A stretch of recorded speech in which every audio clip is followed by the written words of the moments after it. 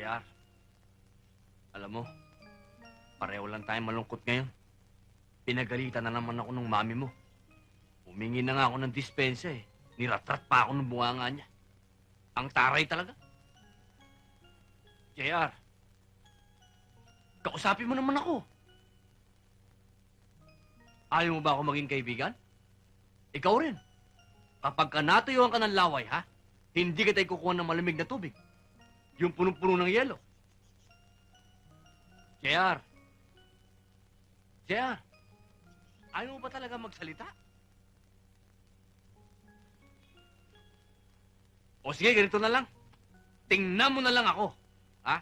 Kapag tiningnan mo kung ibig sabihin nun, babatiin ko na ang mami mo. Ha? Kapag hindi mo naman ako tiningnan, ang ibig sabihin nun, kahit kailan, hindi ko na siya babatiin. Ni sulyap! Yung mami mong nagbabahay ko ba mga kilay?